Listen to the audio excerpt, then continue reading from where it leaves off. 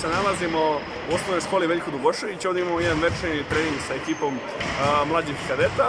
U današnjem treningu smo vidjeli, imali smo jako jedan intenzivan trening gdje smo pokušali da dovedemo do vrhunca naše motoričke sposobnosti. Naravno sve to radimo uz loptu, kroz takmičenja kako bi to deci bilo zanimljivije, primamljivije, a samim tim i da budemo u nekim realnim situacijama košarke. Kako sad ti ocenjuješ ove klince? Ono pitanje koje navijači obično postavi, ljubitelji košarke, kad će taj Teodosić, Bogdanović i svi ostali? Što se tiče talenta i dece, mladih igrača, toga ovdje ima i toga će ovdje uvijek biti. Sad ono što mi deci treba da obezbedimo jeste pravilan razvoj, stručan kadar, dobar sistem i da imaju neki pravi put do nekih izlaznih generacija i izlaznih godišta. Biće novih Teodosića i novih Bogdanovića, u to nema nikakve sumnje.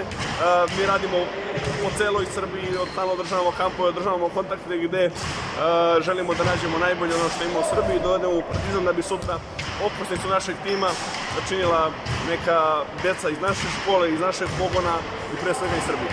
Ono što ste vi večeras uradili jeste da su ovdje neki dečaci iz dijaspore, što znači da pružate šansu našoj deci bez obzira dakle koliko je to važno uopšte i za klub i za tu decu. Naravno, to je izuzetno važno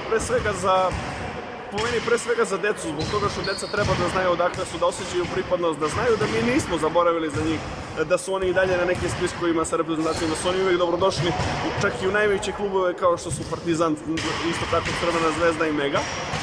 Radi smo uvijek da damo svima priliku i zbog toga mi je izuzetno drago da imamo kontakt sa našom dijasporom koja smatram da je izuzetno važna za ovo ovde i za ono preko, jer mislim da ne shvatamo dovoljno značaj dijaspore za nas same ovo. I nikad ne znamo gde se neki talent krije.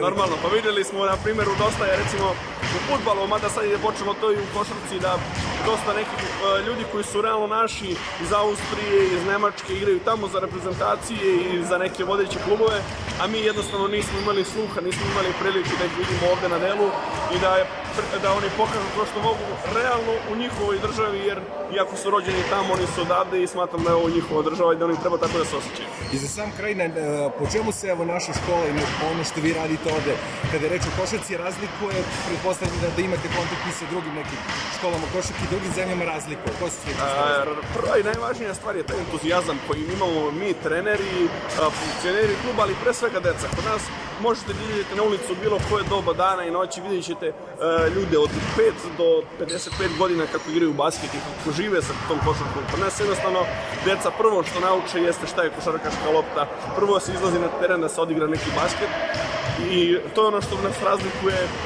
sa te neke strane želje. Što se tiče samog sistema i svega ostalog, načina rada i treninga, ono što bih ja izvojio takmičenje. Kod nas je non-stop takmičenje, mi ne radimo suvoparnu tehniku 1-0, naravno ima i tih delova, ali se uvijek trudimo da to bude takmičenje, da kad radimo šut da se takmičemo jedni s drugima, da svaki moment i trenutak iskoristimo da kroz neko takmičenje unapredimo neki košarkaški segment. I za sam kraj, ovo je tim odakle mladi košarkaši polako se uvode u prvi tim, ako se shvatio dobro, u prve timove klubova.